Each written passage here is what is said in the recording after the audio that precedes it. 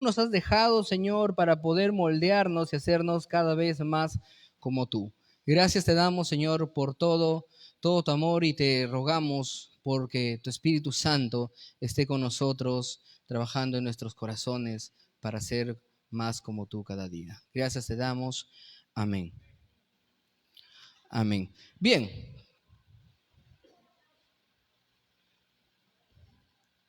Hoy día vamos a continuar ya con la serie de las bienaventuranzas que iniciamos unas semanas antes de que estuviéramos celebrando el aniversario de nuestra iglesia. Amén.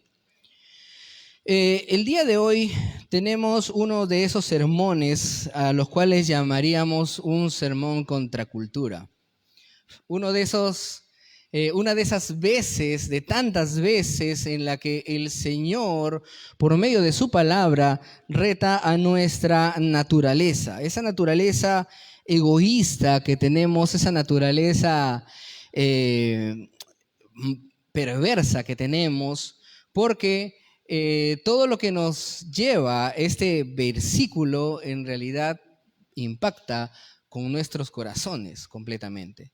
Y estamos hablando del versículo en el Evangelio según San Mateo capítulo 5, ya estamos en el 7.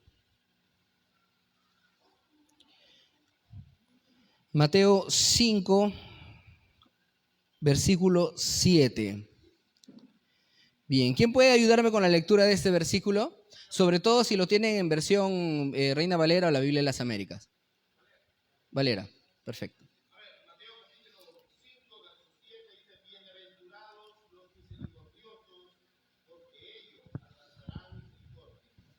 Amén.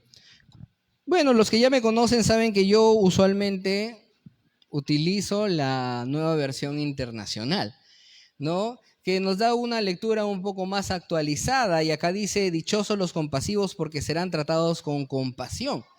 Sin embargo, si queremos ir un poquito más profundo al versículo, necesitamos una Biblia con una traducción del lenguaje formal, ¿no? Como la Reina Valera y la Biblia de las Américas. ¿Por qué? Porque aquí utilizamos traducciones palabra por palabra, por eso se llama traducción formal, ¿no? Y en este caso, la palabra que se está traduciendo, que es misericordia, y ese es el punto número 1, ¿qué es misericordia? Viene de la composición de 3 términos en latín.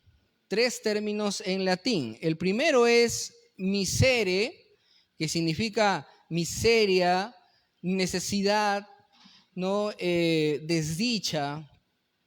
Cor o cordis, que significa corazón, y el sufijo ia,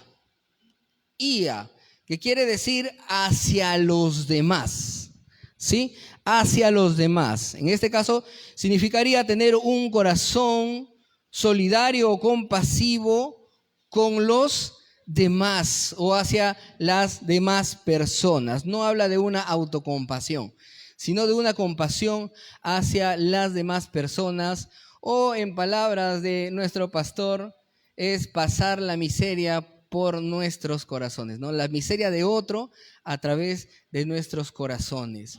Es como ponernos en el lugar de las personas que están pasando por necesidad, ¿no? O como coloquialmente se diría, ponernos en sus zapatos. Amén. Bien. Quisiera continuar con el siguiente punto. Y para eso debemos, antes que entender y conocer la miseria y necesidad de las demás personas, entender nuestra condición de miseria. Y si ustedes recuerdan el último sermón que también les compartí, gracias a Dios coincidieron, fue el versículo 3. ¿Sí? ¿Recuerdan qué dice en el versículo 3? Bienaventurados los pobres de espíritu o en espíritu. ¿Recuerdan? Pobres en espíritu, ¿no? Los pobres de espíritu, es lo que no debemos ser, ¿no? Personas alejadas del Señor, ¿no? Más bien pobres en espíritu. Y dijimos en aquella ocasión que los pobres en espíritu eran aquellas personas que habían reconocido su necesidad y su miseria delante del Señor, ¿no?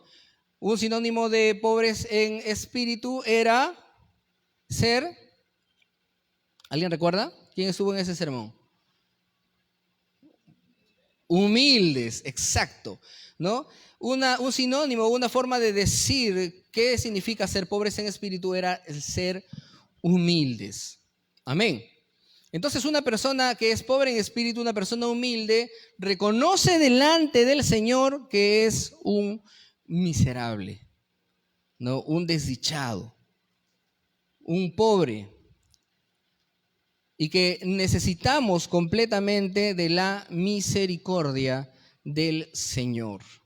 Si hemos entendido cuál es nuestra necesidad delante del Señor, entonces ahora podemos entender cuál es el actuar de Dios hacia esa necesidad que nosotros tenemos, ¿sí? Antes de que nosotros nos pongamos a trabajar en nosotros mismos, vamos a ver el ejemplo máximo de aquel que se mostró misericordioso para con nosotros. Vamos a ir a la carta de Pablo a los Efesios, en el capítulo 2. Vamos a leer unos versículos que para nosotros son muy conocidos, pero ahora lo vamos a aplicar de una manera distinta.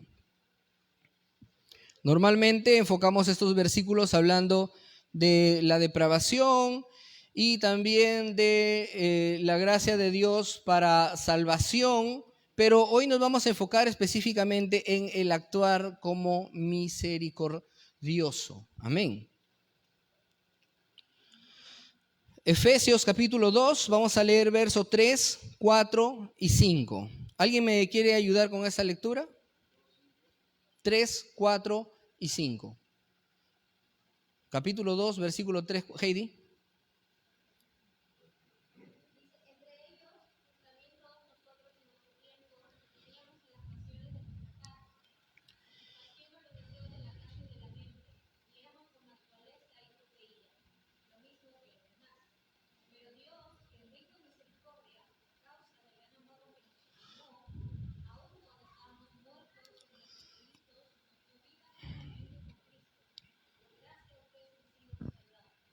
Amén.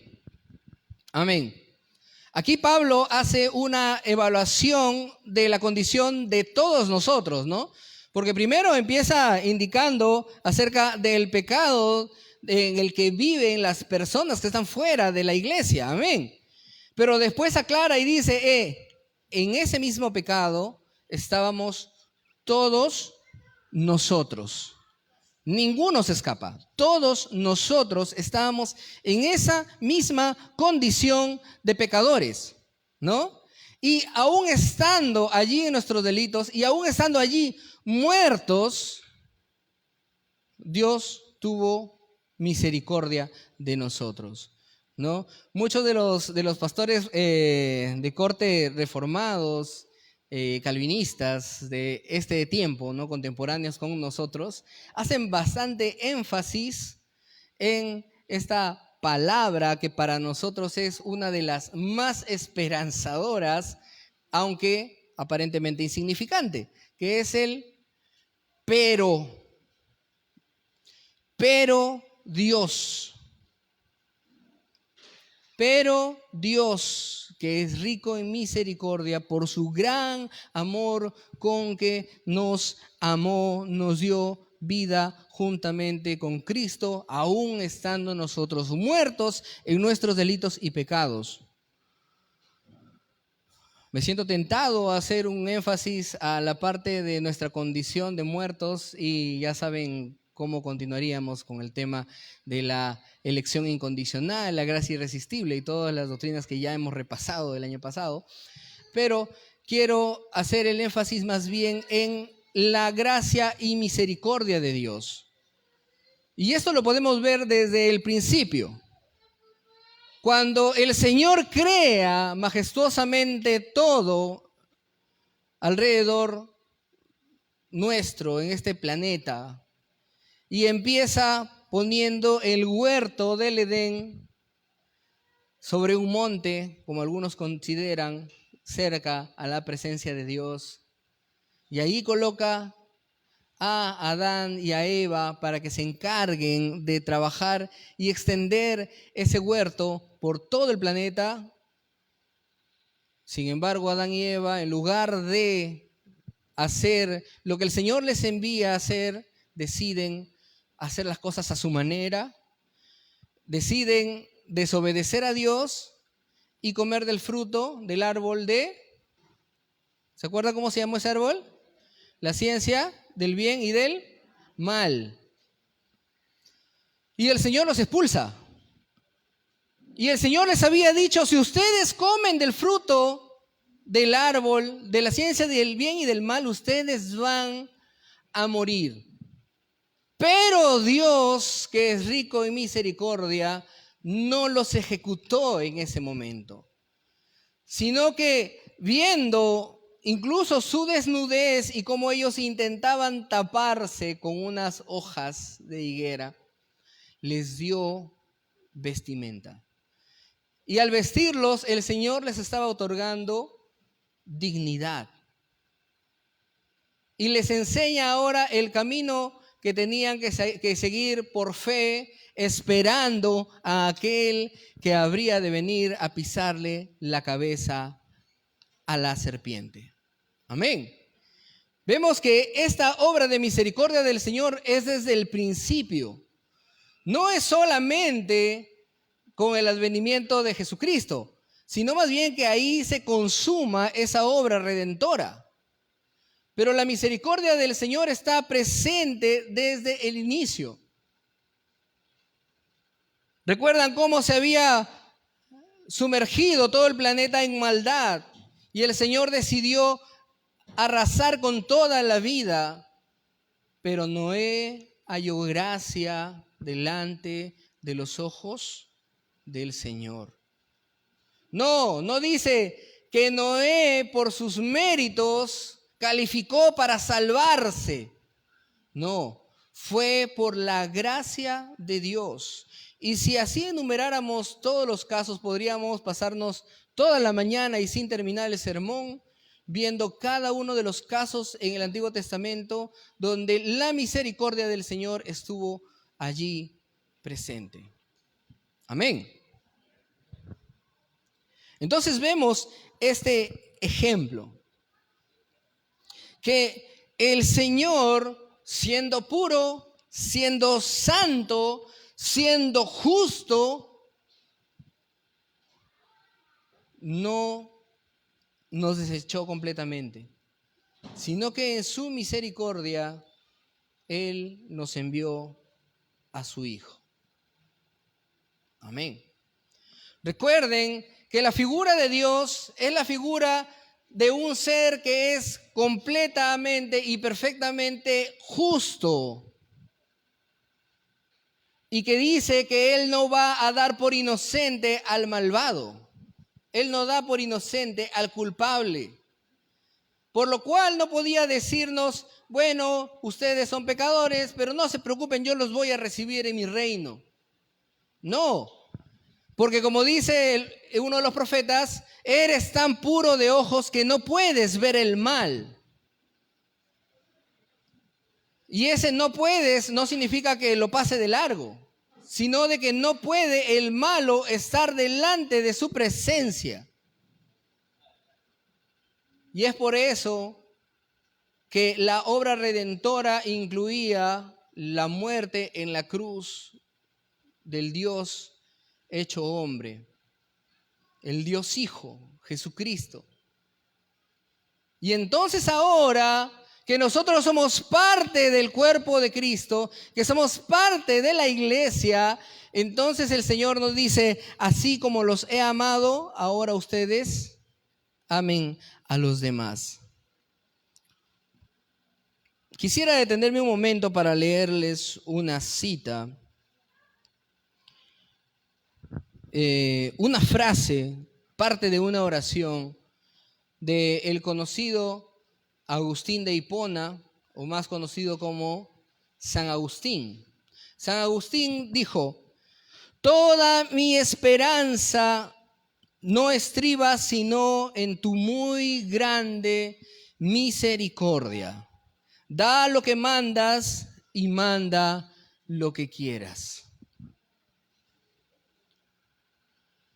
Esta frase generó un gran problema en su época, que terminó hasta en concilio, para determinar el tema de si el Señor nos manda a hacer cosas que nosotros no podemos en nuestras capacidades, ¿no? Aquí aparece el hereje Pelagio, donde decía: no, Agustín, tú estás mal porque Dios no nos puede mandar a hacer cosas que nosotros no podemos, ¿no? Pero Agustín defendía todo lo contrario, al contrario, decía, ¿no? El Señor nos manda a hacer cosas que en nuestra naturaleza no podemos hacer. Pero así como el Señor nos manda a hacerlas, también nos califica para poder cumplir su soberana voluntad. Y una de esas órdenes es que nosotros debemos ser misericordiosos como Él ha sido misericordioso con nosotros. Amén. Vamos a ver el mismo Mateo, en el mismo capítulo, pero nos vamos a ir hasta los versículos finales, 43 en adelante. Ustedes han oído que se dijo: ama a tu prójimo y odia a tu enemigo. Pero yo les digo: amen a sus enemigos y oren por quienes los persiguen, para que sean hijos de su Padre que está en el cielo. Él hace que salga el sol sobre malos y buenos, y que llueva sobre justos e injustos. Si ustedes aman solamente a quienes los aman, ¿qué recompensa recibirán? ¿Acaso no hacen eso hasta los recaudadores de impuestos? Y si saludan a sus hermanos solamente, ¿qué más hacen ustedes? ¿Acaso no hacen eso hasta los gentiles? Por tanto, sean perfectos, así como su Padre celestial es perfecto. El Señor nos manda a replicar la obra de Dios en nuestras vidas. Y es una obra que nosotros, así nada más, no podemos hacer. Y vamos a ver,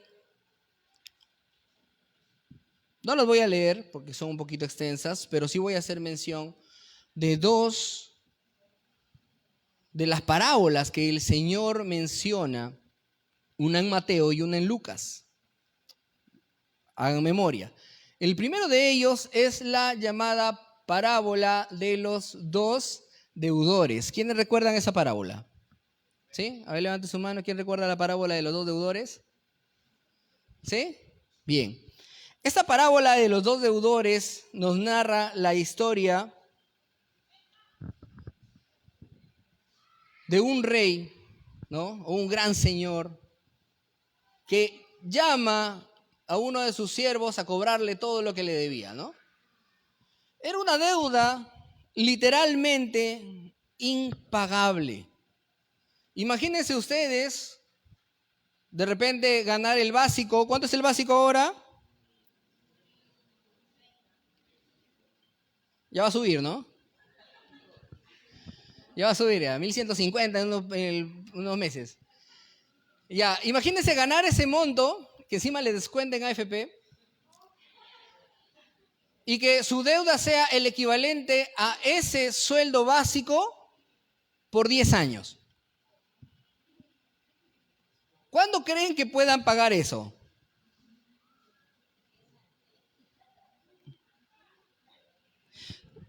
Matemáticamente dirían en 10 años, pero con que comen y sus alquileres y sus servicios y su vestimenta y sus pasajes, no van a poder pagar eso, ni en 100 años. No podrían, porque si a eso le suman los intereses,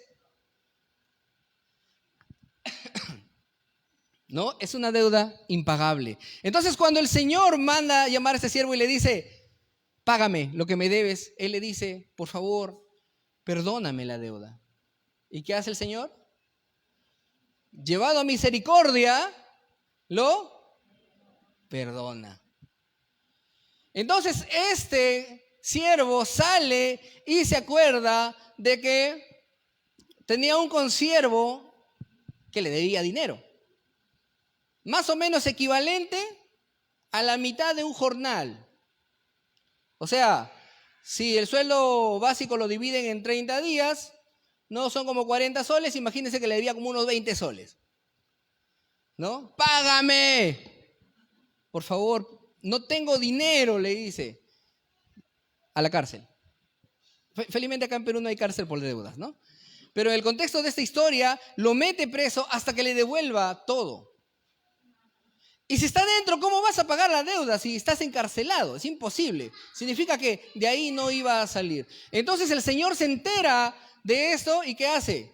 Manda a llamar otra vez al primer siervo, ¿no? Y le dice, siervo malvado, toda esa deuda que no me podías pagar, yo te la perdoné. ¿No pudiste hacer lo mismo? ¿No pudiste hacer lo mismo? Imagínense nosotros en ese contexto. No, es que fulano de tal me miró mal. No, es que el fulano de tal me hizo una mueca, me hizo un mal gesto, me contestó mal.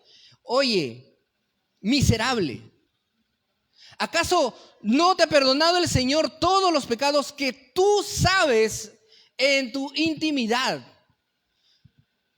Pecados que públicamente la mayoría ni sabe, ¿no? Pero que nosotros somos conscientes de que si acumuláramos todos esos pecados, como diría Isma en la clase, si se proyectara en una pantalla todos nuestros pecados, ni nosotros mismos seríamos capaces de verlos.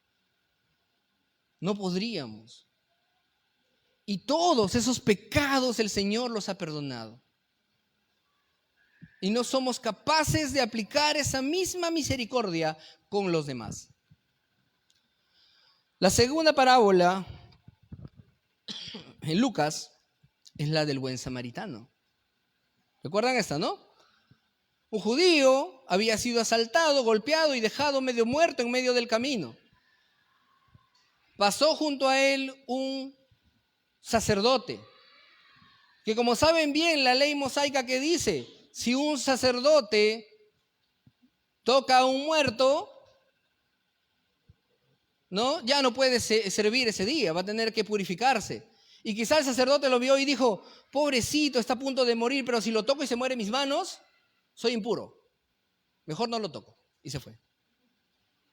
Pasó el levita y la misma historia.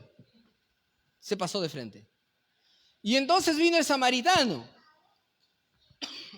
Y el Señor pone un ejemplo bastante radical porque saben que los judíos aborrecían a los samaritanos. Ojo, los samaritanos no aborrecían a los judíos. Eran los judíos los que aborrecían a los samaritanos. Así que cuando este samaritano vio al judío, dijo, este sujeto me odia. ¿Por qué tendría que ayudarlo? ¿Dijo eso? No. Movido a misericordia, lo ayudó. Le curó las heridas. Lo montó en su cabalgadura. Se lo llevó a un mesón. Lo encargó ahí, pagó sus gastos y encima pagó un extra para cuando él regrese, ¿no? Dijo, si es que se gasta algo más cuando yo venga, te lo voy a pagar.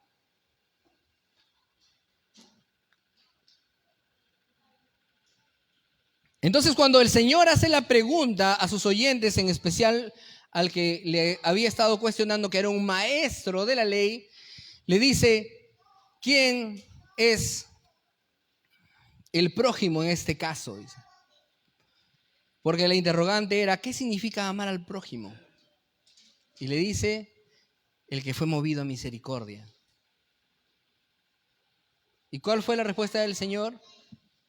Bien has dicho, ve y haz lo mismo. ¿Se dan cuenta cómo está conectado todo esto?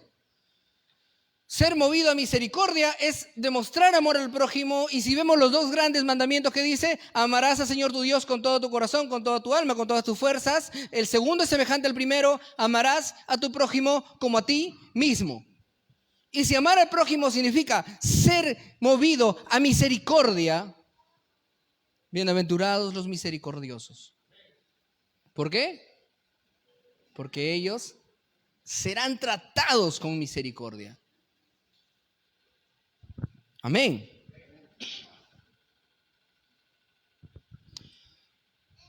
Y aquí vienen las aplicaciones ahora.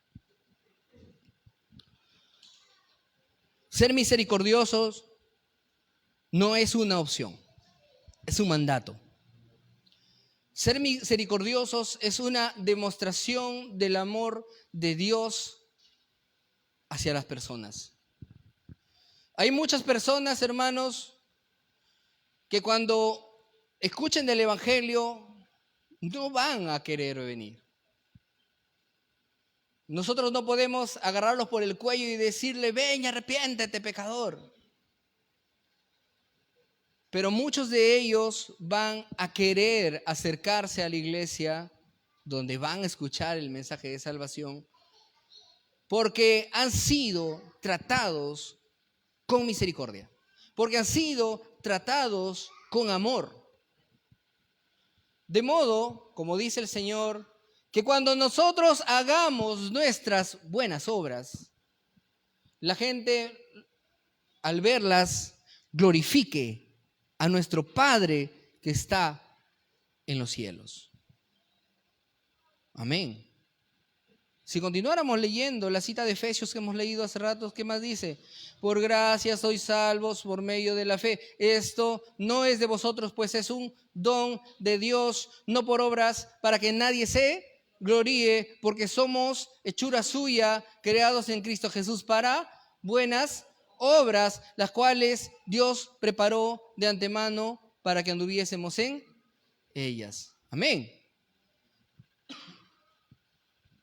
De manera, hermanos, que si tú eres misericordioso, estás demostrando que fuiste tratado con la misericordia del Señor, que conoces el amor de Dios y por eso puedes amar. Porque nosotros fuimos salvados por Él y ahora que fuimos hechos nueva criatura, ahora andamos en las obras que Él mismo preparó mucho antes que nosotros naciéramos, mucho antes de que este planeta fuera creado en el decreto eterno de Dios, en la eternidad pasada, como se dice en teología. El Señor ya había decretado todas las cosas que nosotros habríamos de hacer. Y esas obras que nosotros estamos haciendo no son para ganarnos un sitio en el cielo. No podemos nosotros ganarnos un sitio a la mesa del Señor, sino es el Señor en su misericordia llamándonos. Me permitiré un caso más antes de terminar la última cita de Hebreos. Y cuando digo terminar la última cita no significa que esté terminando el sermón, sino que es el último versículo que leeré. Ir hacia la historia del rey David y Mefiboset. ¿Recuerdan esa historia? David y Jonatán, el hijo de Saúl, habían sido muy amigos. Y Jonatán le dijo, David, tú vas a ser el rey. Cuando seas rey, ten misericordia de mi familia.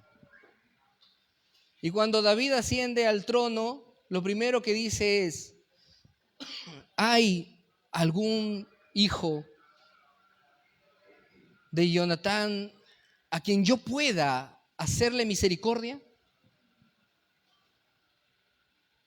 Y le dicen, hay uno, que cuando empezó la guerra, la criada lo llevó apurado y se cayó del caballo y quedó lisiado, ¿no? Y prácticamente tenía la vida de un mendigo. Y David lo manda a llamar y le devuelve las posesiones de su padre, ¿no? Y le dice, conmigo no te hará falta nada.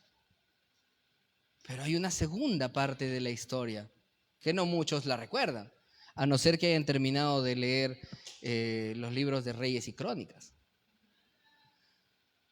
Y es que cuando empieza la rebelión contra David por parte de uno de sus hijos, ¿no? Muchos se apartan de David. Y viene un siervo, uno que era siervo de Saúl en ese tiempo, y le dice, mi señor, te he traído caballos, te he traído comida, te he traído sustento para ti y para tus hombres. Y este siervo estaba a cargo de cuidar a Mefiboset. Y cuando David le dice, ¿dónde está Mefiboset? Le dice, él se ha rebelado contra ti pensando que puede ser rey. Entonces David le dice, todo lo que era de Mefiboset, quédatelo tú. Cuando David regresa a su reino, a su trono, Mefiboset aparece, andrajoso, sucio, con la barba larga y llorando, y le dice, mi señor, yo le pedí al siervo que me alistara el caballo para ir contigo. Él me engañó y se fue y me dejó. Desde ese momento me he quedado aquí esperándote y clamando al Señor para que llegues con bien. Y David le dice, desde hoy te vas a sentar en mi mesa. Vas a estar conmigo allí en mi mesa. Y le restituye su dignidad, ¿no? Le devuelve la dignidad que el otro siervo le había robado. Se había quedado sin propiedades incluso. Pero el rey le dice, desde hoy estarás en mi mesa y no te va a faltar nada. Nosotros seríamos similares a Mefiboset, excepto que nosotros sí traicionamos al Señor. Un montón de veces. Y el Señor nos vuelve a recibir en su misericordia y su bondad. Ven a mi mesa. Por eso celebramos la Santa Cena todos los domingos. Un llamado a la mesa del Señor. Y ahora, ¿cuántos de nosotros más bien alejamos de nuestra mesa a aquellos quienes no nos caen? Dentro o fuera de la iglesia. ¿Cuántos de nosotros vemos la necesidad en las personas allá afuera y no movemos ni un solo dedo? Inclusive podríamos cuestionarnos si realmente hemos nacido de nuevo. Hebreos, capítulo 6.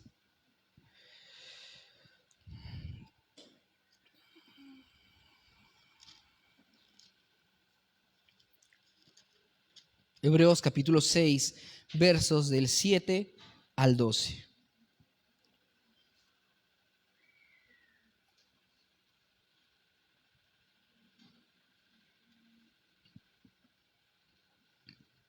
Cuando la tierra bebe la lluvia que con frecuencia cae sobre ella y produce una buena cosecha para los que la cultivan, reciben bendición de Dios.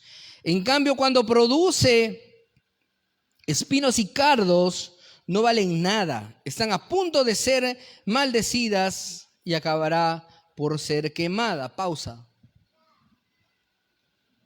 Dios envía su lluvia sobre buenos y malos. Lo leímos antes, lo dijimos, lo mencionamos. Y ahora la pregunta es, ¿qué está brotando de nosotros? ¿Una cosecha para la gloria de Dios? ¿Amor, bondad? Podemos mencionar los frutos del Espíritu, ¿no? ¿Se lo saben de memoria? Amor, gozo, paz, bondad, benignidad, fe, mansedumbre y dominio propio, que en la Valera es templanza. Amén. Dominio propio, no demonio propio. Dominio propio.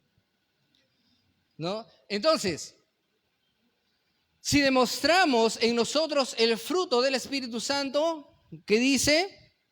Reciben bendición de Dios. En cambio, si en lugar del fruto del Espíritu mostramos el fruto de la carne, envidias, contiendas, maledicencias y toda esa lista, ¿qué dice? Está a punto de ser maldecida y acabará por ser quemada. Esto, hermanos, debe ponernos a nosotros en alerta, de ponernos a pensar y analizarnos a nosotros mismos. Ojo, esto no sirve para decir, a ver, hermano Davo, no está mostrando, está a punto de ser quemado. No, es para nosotros mismos. Analicemos si estamos en la fe. ¿Estamos dando frutos para la gloria de Dios o estamos dando espinos y cardos, demostrando más bien que quizá no hemos nacido de nuevo? En cuanto a ustedes, queridos hermanos, verso 9, aunque nos expresamos así, estamos seguros de que les espera lo mejor, es decir, lo que atañe a la salvación. Porque Dios no es injusto como para olvidarse de las obras y del amor que para su gloria ustedes han mostrado sirviendo a los santos como lo siguen haciendo. Como lo siguen haciendo. ¿Recuerdan la parábola del sembrador? El Señor, ¿no? El sembrador salió a sembrar y parte de esa semilla cayó en el camino, ¿no? Entonces creció rápidamente.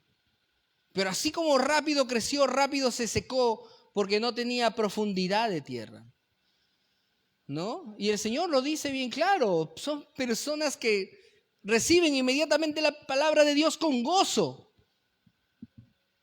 pero ante la primera prueba se va.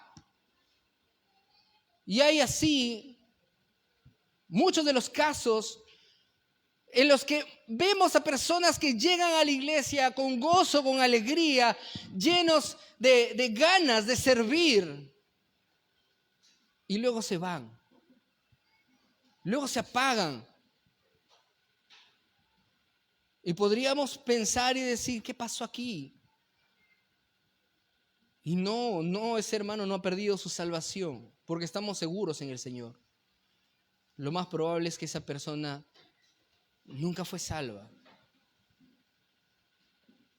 No nació de nuevo. Y es triste pensar en eso. Nosotros, obviamente, como hermanos y creyentes en el Señor, anhelamos que esa persona retorne. Amén. Anhelamos que todos los que vemos aquí con nosotros nos encontremos allá en el cielo. Pero debemos cuidarnos, hermanos. Si en verdad hemos creído, en verdad el servicio hacia nuestro prójimo es prueba, es como un termómetro para medir nuestra fe en el Señor. Sigo leyendo. Porque deseamos, verso 11, sin embargo, que cada uno de ustedes siga mostrando ese mismo empeño hasta la realización final y completa de su esperanza. No sean perezosos, más bien imiten a quienes por su fe y paciencia heredan las promesas. Fin de la cita.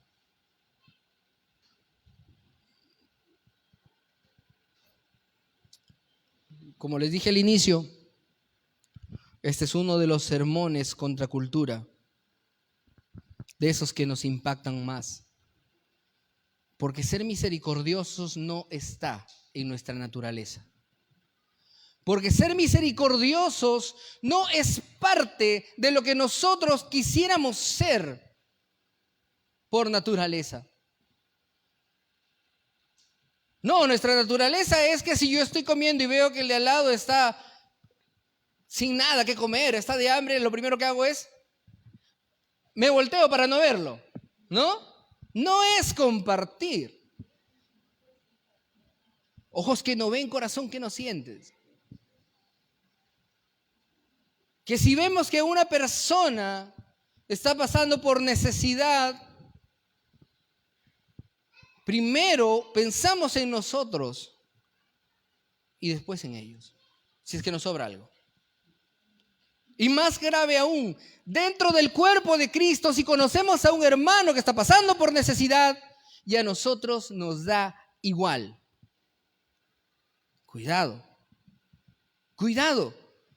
Porque si decimos que amamos a Dios a quien no podemos ver, pero no amamos a nuestro prójimo al que sí podemos ver, entonces nos hacemos mentirosos. ¿Y qué heredarán los mentirosos? ¿Ah? El infierno.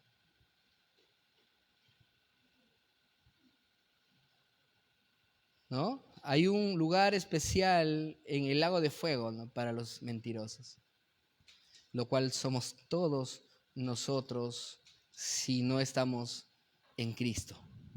Amén. Es Cristo el único amparo y fortaleza. Vuelvo a citar a San Agustín. Toda mi esperanza no estriba sino en tu muy grande misericordia. Y así como el Señor ha sido misericordioso con nosotros, es nuestro deber como creyentes ser misericordiosos con los demás. Pero no puedo sin el Señor. No puedo sin el Espíritu Santo. No es mi naturaleza, pero es parte de la nueva naturaleza otorgada por el Señor. Parte de ese paquete que recibimos por medio de la fe. Somos miembros del reino de Dios y eso es lo que deben tener en mente, hermanos. Deben tener en mente eso. Como se les manda... Gracias. Como se les manda... Gracias. Gracias por tu misericordia. Como se les manda a los filipenses, ¿no? Si dentro de las cartas de Pablo hay una en la que Pablo fue más amable, sin duda es la carta de Pablo a los filipenses. Gracias.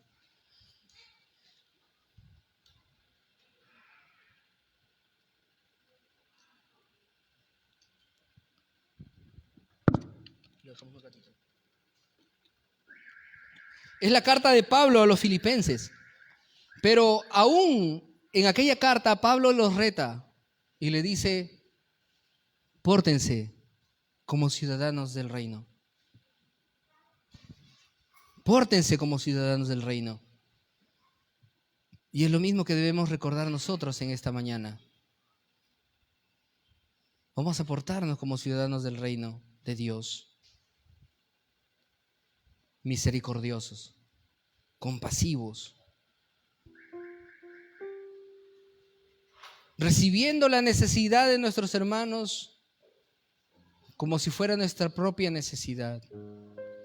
Si un miembro del cuerpo pasa dolor, todo el cuerpo siente el dolor. Amén. Recuerden, hermanos, que debemos ayudar a la necesidad de nuestro prójimo, incluso sabiendo de que no vamos a recibir nada a cambio. Porque si tú esperas recibir algo a cambio, ya ahí tienes tu recompensa, ¿no?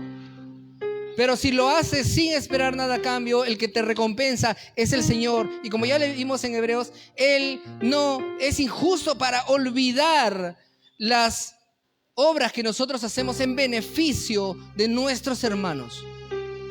Así que, hermano, yo te reto esta mañana a que pruebes tu fe. A que pruebes tu fe. Estoy pasando por necesidad, pero sé que hay un hermano que tiene una necesidad mayor que yo. Le ayudo. No importa si tengo poco, no importa si tenemos poco, hermanos. El Señor nos va a proveer. El Señor nos va a ayudar. Si es que Él nos manda a ser misericordiosos, Él nos va a ayudar a hacerlo. Si es que Él nos manda a ser compasivos, Él nos va a proveer.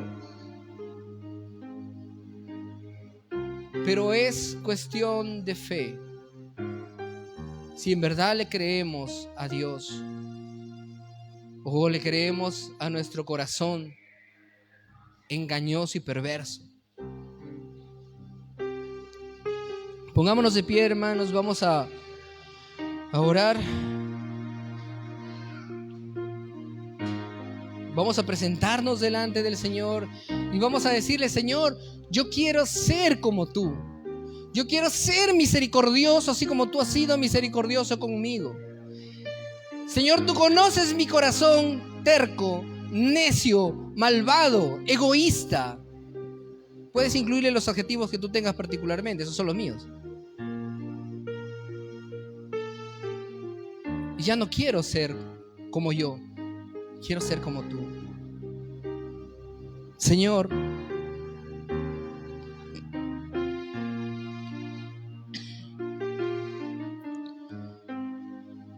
venimos delante de ti con muchas necesidades, Señor.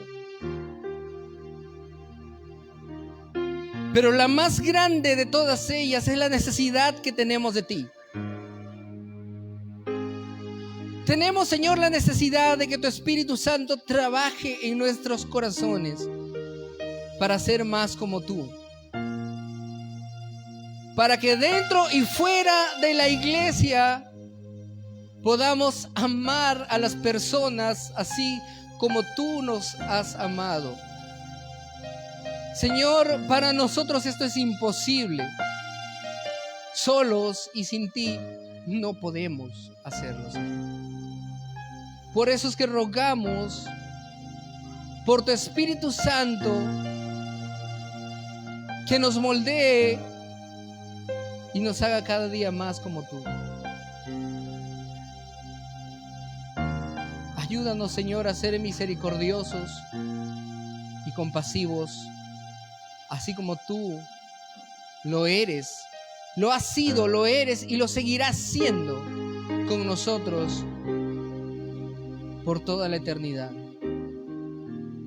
Que, Señor, cuando cantemos aquí delante de ti, cuando nos acerquemos delante de ti, podamos tener una conciencia limpia de haber cumplido con tu palabra. Porque escrito está: el que sabe hacer lo bueno y no lo hace, le es pecado. Ayúdanos, Señor, y perdónanos incluso nuestros pecados de omisión, por haber omitido los actos de bondad que tú nos mandaste hacer. Ayúdanos, Dios Santo, te lo rogamos.